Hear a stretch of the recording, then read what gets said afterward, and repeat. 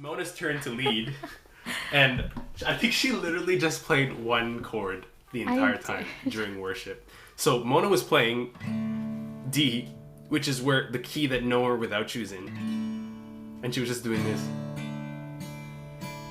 the whole time. And I was on mute, and Mona would sing, and I would sing along. Mona couldn't hear me. That way our Zoom call wouldn't freak out or clash.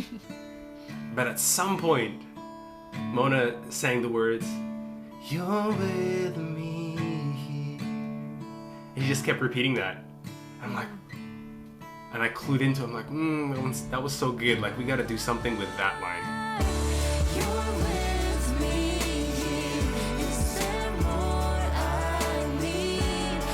What's up, guys? Welcome to the YouTube channel. If you're new here, my name is Joseph San Jose. I just put out a new song called Nowhere Without You. Please make sure to check out the link in the description to listen to it if you haven't heard it already. Right up next, we have a conversation with Mona and myself, the co-writers of the song, where we talked about how we wrote a worship song all on Zoom during the pandemic. So hope you enjoy it. Please make sure to like this video and hit the subscribe button if you're not already. God bless. Hello and welcome everybody back to Joseph San Jose's YouTube channel. We are so happy to be here. I'm here with my friend Mona Therese, the co-writer of our latest song, which is now out on all platforms, Nowhere Without You. How's it going, Mona? It is great. Just so much excitement and joy being able to share this song with everyone, and yeah, just hard to contain my excitement. I just can't wait to dive into the lyrics and just the whole process, because there's just so much things we've done to make this happen, and just can't wait to delight in all of it. As of the time of the recording of this video, this is like day 2 of releasing the song, and so far we were just talking about how this has probably been the most impactful release that I've ever been a part of. For whatever reason, it really seems to be impacting people and seems to be resonating with a lot of people. A lot of people are sharing it. Shout out to Saskatoon, who has this song on repeat. Hello to our Saskatoon friends. Megan, your sister. What's up, Stoon? What's up, Stoon? We were just talking about starting the Saskatoon. So first tour date is to Saskatoon. Someday when everything opens up again, someday soon. For this video, we wanted to get into the lyrics and the story about how the lyrics of the song came about. How we actually wrote the song together. Because this is my first release that is a co-write. And this is Mona's first release herself. And yeah, we've had a lot of conversations and shared a lot of things about what it's like to co-write, what it's like to write, what the process is like. So because we're such a big deal, Mona, we're going to be interviewing each other. We're going to ask each other questions in this fun little goofy thing. So we hope you guys enjoy what we're going to talk about today. So describe what it was like. Well, I mean, I want you to tell me at first a little bit about how you got started songwriting. I feel like you had just started songwriting, and then I was like, hey, let's write together. But what was it like for you starting songwriting in the last few years? Wouldn't say I was a very experienced songwriter before we had started co-writing. I would say maybe, just after a prayer time, or after just something insightful, something on my mind, I just started to write a melody along to it. And that was usually my process, was just okay, kind of feeling like writing something down, and I would just put it directly to chords. And just kind of worked my way through it, and it was just those first maybe 3 or 4 songs I've ever written are so personal to me, share so much, and I had so much fear in releasing something publicly, because first of all, it's not perfect, it's not maybe doesn't follow all the rules of songwriting. Yeah, they were just an honest prayer, or an honest look into where I was at in the time that I was writing those songs. So it was so new, so different to start co-writing with Joe, just because I feel like he had a lot more experience. He had been writing for longer. I just realized I'm referring to you in the third person. Yeah, I'm right here still, by the way. Sorry, Joe. So I was co-writing with my friend Joe. You might not know him, but he's written a couple of songs already and released them. You definitely, Joe, more of those traditional rules in songwriting, how to form a melody, and the traditional Texas what do you call it? Texas, the Nashville number system. The Nashville number system. Close enough. Close enough. Somewhere in the Midwest or in the Deep South or something like that. Something American. Something American. Something in North America. Actually, funny you mentioned that. Like, around the time we started writing together, I actually hadn't released my stuff yet. Like, I had finished writing it totally, but I hadn't released anything yet because everything in the pandemic delayed everything. Everything was recorded. Like, it was February of 2020 that year that I had recorded everything already in Ottawa with Nick Sambon and the crew. Later that summer is when we started writing together. We had written a couple of things together. And this song, Nor Without You, is not our first song together. We had written another song. Something called Wilderness of Grace. I don't know if anybody's ever going to hear that. We did play it once at like a campfire. You might be able to find it. Yeah. Maybe in an Instagram live if that's still there. But only the true fans know. Yeah, exactly. What was it like for you? What was your experience like co-writing with me? Because I'll share what it was like for me, but I want to hear your perspective on things. I think even in our friendship, we're very different in how we like to approach things. I'm a little bit more like, oh, whatever happens, you know, like, let's just like let it go and see where the spirit takes us in our songwriting. You brought a lot more structure, a lot more, I'm like, yeah, like we need to figure out what the phrases would be like, and like let's think about this and that, and like melodically, like, oh yeah, that would be really cool if we did something like this. And for me, all I could do was like make voice memos and then be like, oh, I like the sound of this melody, and you'd be like, oh, that's this chord and this. I just feel like we were a little bit, it always felt like we were getting somewhere where if I was writing on my own, it would be like a little snippet here and then a little snippet there, but it's never a complete song. I feel like you always pushed me to be like, let's come up with a melody by this time, and somehow it just worked, and thanks be to God. Yeah, no, for sure. I feel like we had a really good synergy in writing together because, totally. Yeah, I mean, I've been writing by myself a lot, and I've gone through kind of seasons in life where every day I would write something new or finish a song, but I never really had a good sense of like, is this song good? Or sometimes I would get stuck in a rut or kind of write 10 of the same song with just slightly different words and melodies in like a week. And none of those ever saw the light of day. And so when I sat down to write with you, I felt like there's just like a different energy and just different things creatively came out in that process. I didn't know what to expect because again, I had limited experience co-writing myself. I'd maybe done some co-writing through like Worship Central, and but I probably gone the furthest in co-writing with you. For whatever reason, just sitting down, it seemed to just kind of flow and come easy. And I think part of that is just a testament to our friendship. Like, we've been friends for a long time, and we've been doing mission together, and you were at SFU while I was at SFU, so that really helps. Is that there's like a high level of trust already. Let's talk about like how this song actually came to be. Like that one session where it seemed to just kind of come together. So for a lot of people who don't know what does co-writing actually look like? We decided I have no kind of roadmap. Like I just kind of hear about and look up what other people do in co-writing. And I remember hearing something like Amanda Cook and Stephanie Gretzinger sitting down to write together, and like the first hour of them writing together is literally just catching up, like what's new, what's God doing in your life. So Mona and I actually spent some time just like talking about, hey, what's going on, what's God doing in your life. So that's what we talked about. But like, do you remember what was going through your life around the time that the song was written? I feel like I thought that my life was very similar to everyone else in the world. It was 2020 and things had just shut down, and I very much felt paralyzed by my circumstance. I was almost done school, not really. I had one more course to take in the fall semester, and so it felt like one foot in school and then one foot into my professional life outside of school. Just like felt very lost in it all, and yeah, I just kind of felt like time was moving at a glacial pace for me, and I couldn't help but think about all my friends who were already like in their fields working, and I was stuck at home, just in this like limbo, so to speak. So a little bit of like frustration, a little bit of like, okay, like this is a little weird, God. Like, why am I not moving forward? I think like the song came from a place of like, you know what? I might not be moving right now. You know, am I even supposed to move at all? Yeah, I remember like some of the words you had said in that conversation was like, I feel like I'm stuck. You know, I feel like I'm dead in the water. You said those words, like, I feel like I'm dead in the water. Yeah. I remember like, wow, okay, I remember thinking in the back of my head, that's something we got to pray into and see what comes of it, kind of thing.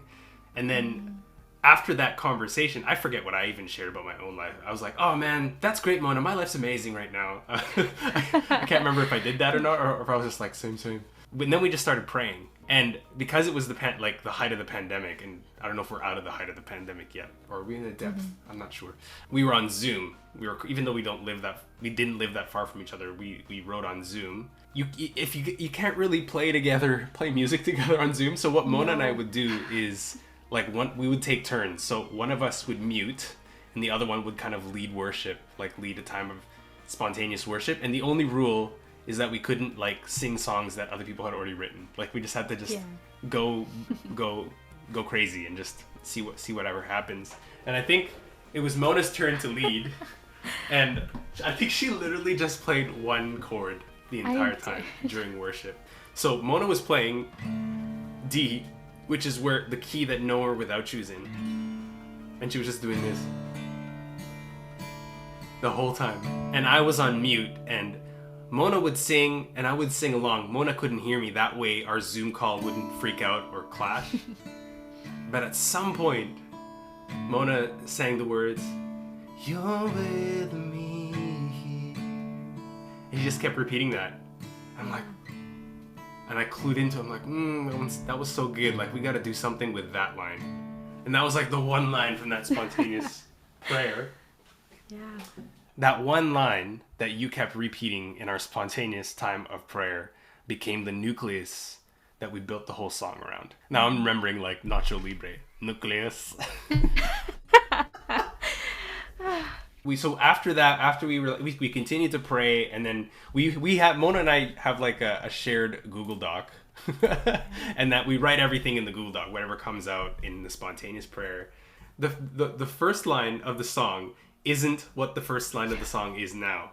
So the first line of the song that I sing, "There's joy in the waiting," that was actually a relatively recent change. The song you would have started, I think it's like, "Although nothing is moving." Yeah, though nothing is moving.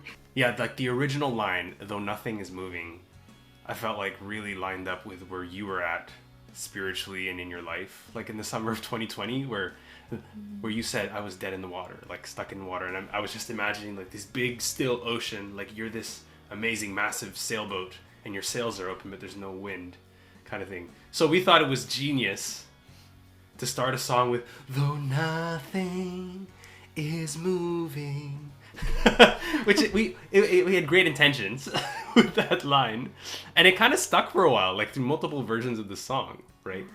And then we went, "I'm not restless, I'm just resting." I remember when we wrote certain lines, it just kind of flowed. I'm pretty confident you wrote that particular line, though. Like the verses. Yeah. Yeah, the "Though nothing is moving," the one that got cut, that was all me. No, not no, I'm pretty sure that was probably me, but I meant like, "I'm not restless, just resting." I remember that line was like, whoa, okay. Yeah. We were like, Cynthia. Bars. The mic drop. The mic drop. Yeah, that idea of like, I have struggled with anxiety for a number of years. I recently just got off like anxiety medications in recent months, and just that feeling of restlessness was so prevalent for me for even during the season that we were writing this song. Is I was really still struggling with anxiety then, like clinical anxiety, and so that feeling of restlessness was very strong, very prevalent then. So just this idea of like, I'm actually not restless. I'm grateful for this particular space that I'm in, what like God has led me to, because I can actually like have a time of rest for my soul, and it's okay, and I'm not restless at this time. And then the next line is like, because I remember, so this line I kind of like borrow a little bit from a lot of like strong church figures, like in the Catholic Church, who have talked a lot about silence.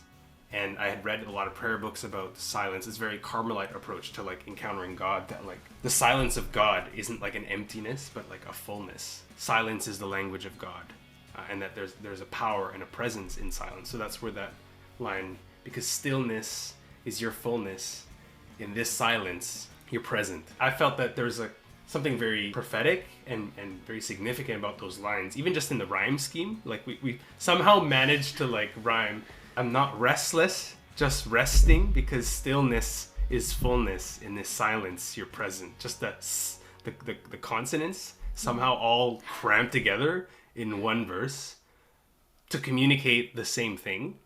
I thought, man, that's a cool bunch of lines. I agree. I thought it was really, really great. Yeah. Really beautiful. And then we go from that verse into the chorus, which is, again, that one line, you're with me here. Mm-hmm. You're going to have to remind this old memory of mine. Like, we went from, you're with me here, is there more I need? It's kind of like a rhetorical question. I think it just came from a place of like what is lacking? Like, there's nothing lacking, but a way to express that is like, maybe depending on where someone's at, they are genuinely asking that question. Is there more I need right now? And maybe we're not even aware of the things that we're seeking that are already being provided for in this hallway, in this like middle ground, this middle place, this still ocean. Maybe there's still something that we're seeking that is already being provided. So pretty sure like that's the here and now places. Like again, like brought back to like Rise Up 2020 with Laura O'Reilly's talk. You know, being in the hallway is like exactly where God wants you to be. We're always looking for those open doors, but maybe if we are stuck in the hallway, that's exactly where God wants you to be. And even right now, in the midst of like the pandemic and the movement that both Mona and I work for, Catholic Christian Outreach, like going through a lot as an organization, but then remembering this, we just received this word of like the way Chinese bamboo grows. When you plant a seed of bamboo underground, it like stays there and grows underground unseen for 5 years. For 5 years before it even bursts out of the soil. But the thing is, after it bursts out of the soil, within 5 weeks it grows 90 feet. So kind of like the space that we were writing this song out of is in that hidden place, in that when it seems like non-significant or unremarkable, we're not seen, or we feel like we're missing out.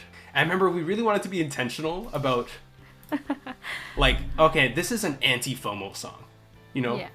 This is because like that was a huge kind of thing that you were sharing, you were struggling with, is like, I feel like I'm missing out. Everyone else is getting ahead. Everyone's living their best lives except me.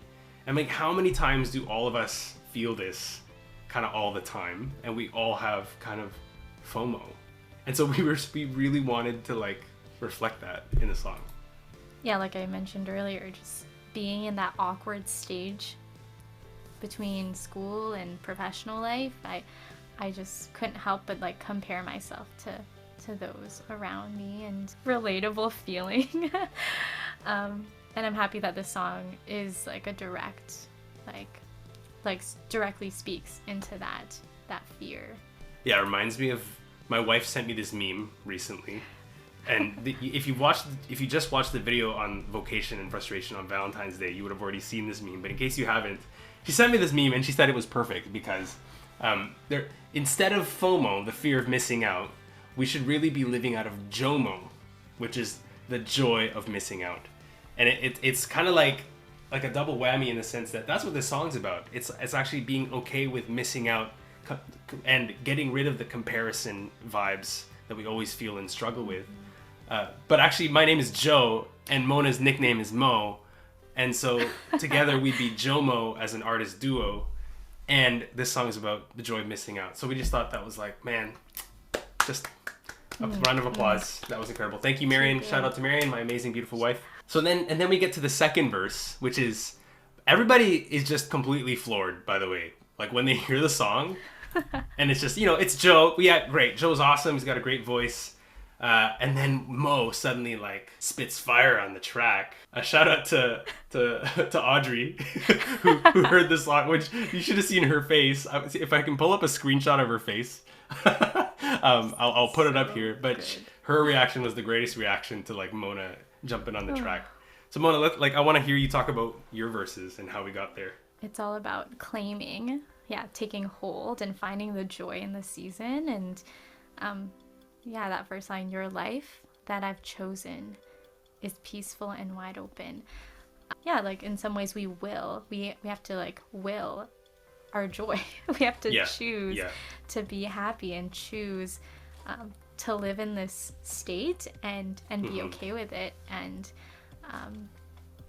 And it's after that choosing that we experience and like acknowledge that actually, wow, like I'm actually not contained in this. God's not trying to place me here as a punishment to like, this isn't like a prison, but actually like an open field. Opportunities and adventure. I've experienced, and you've probably experienced this, and a lot of people experience the relationship with God as like, God, you did this to me. Like, this is all your fault. How could you let this happen? And if you feel that way, and you feel that way about God, like that's a real feeling, and I don't want to like take that away from you. Like that, if that's been your experience with God, and if you're really struggling with that, like, that's a real feeling. Like we've all been through that. I've been through that recently even. But just the idea that the life that God has for you, that like the adventure with Christ, God takes nothing away of what makes life free, beautiful, and great. And John Paul II, who would say like, life with Christ is an amazing adventure. The life that I choose, the life that God invites me to, is something that I choose. It's something that I'm invited to. God's not going to force it on me. But you and I, Mona, have chosen this life.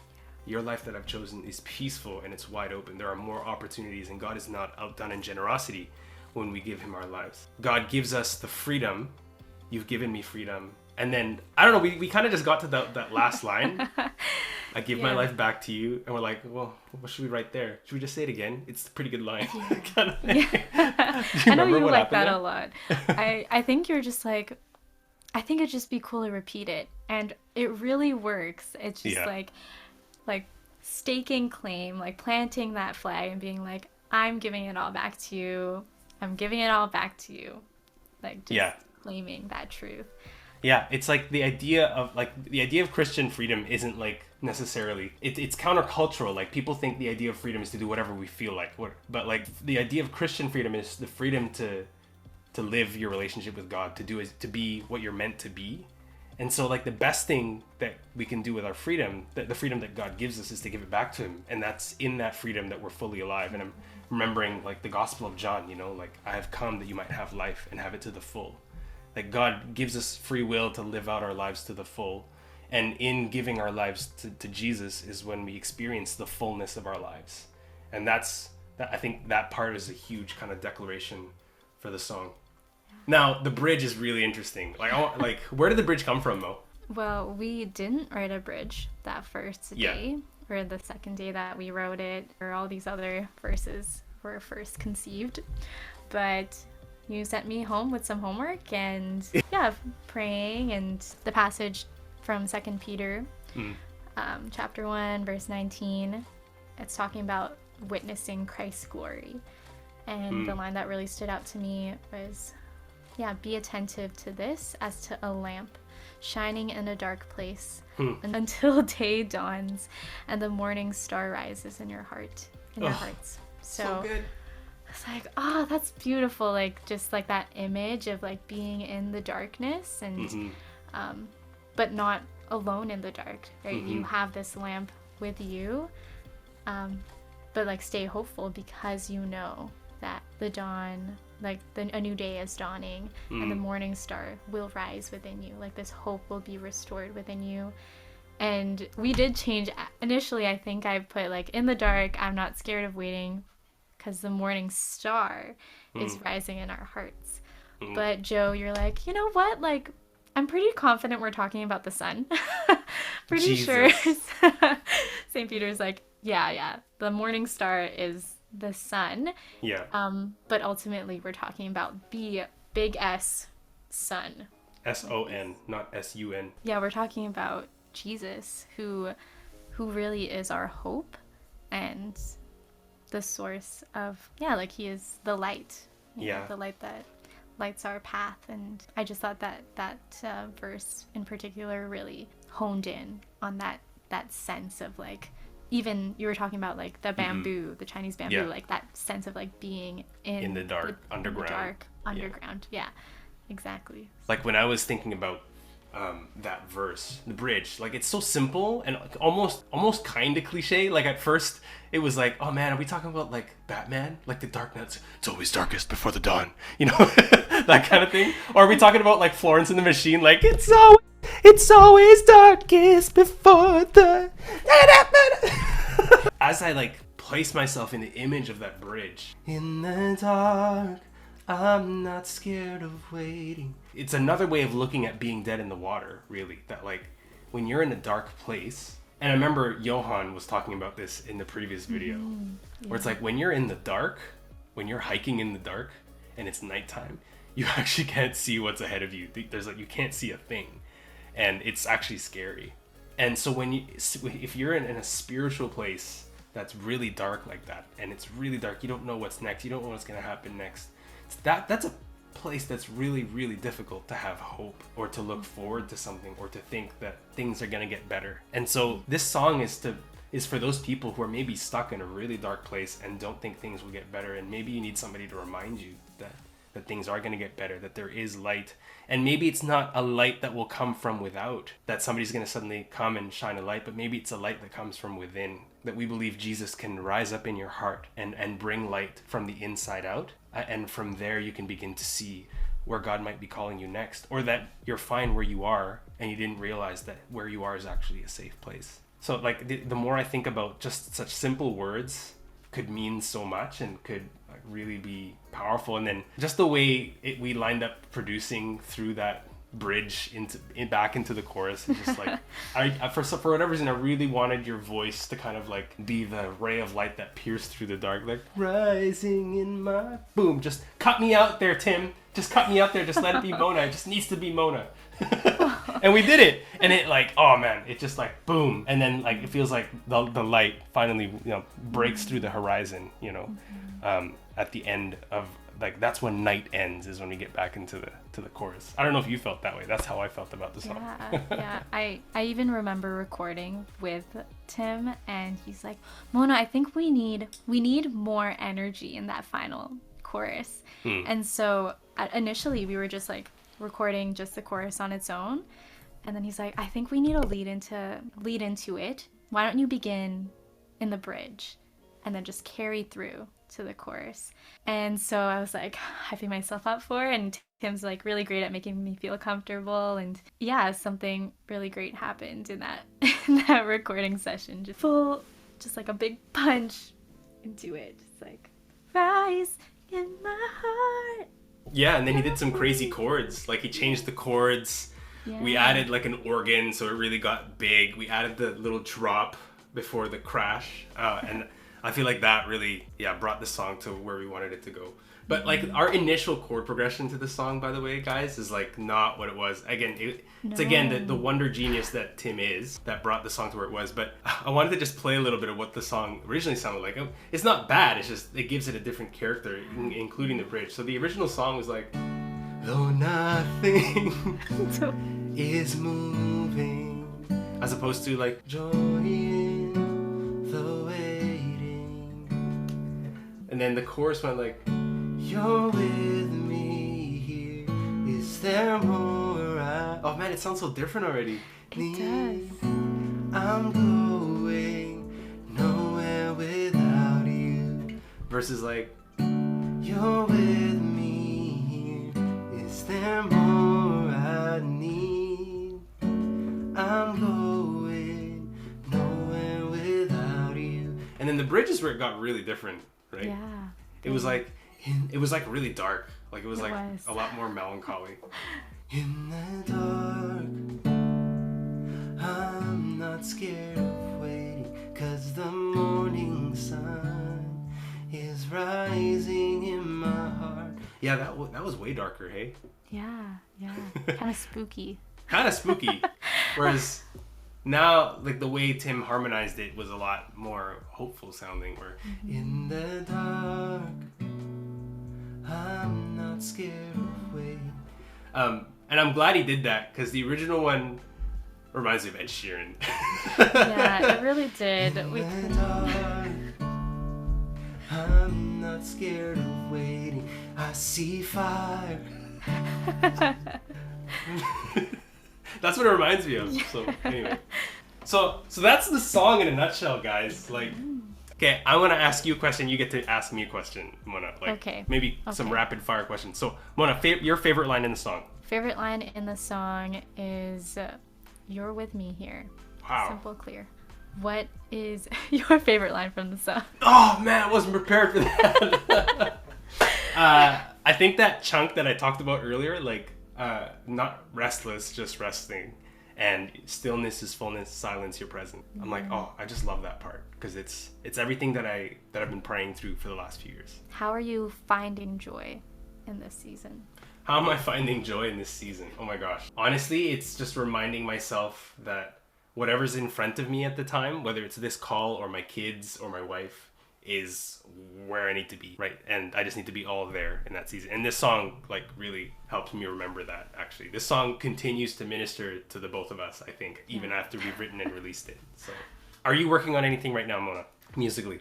Musically, currently just doing my own independent songwriting, but I am open to collaborating if anyone wants to hop on that train. And The Zoom call worship songwriting train? Zoom call worship. Maybe I'll play 2 chords instead of 1. That's twice as many chords. Yeah, it's a lot. It's a big improvement. 100%.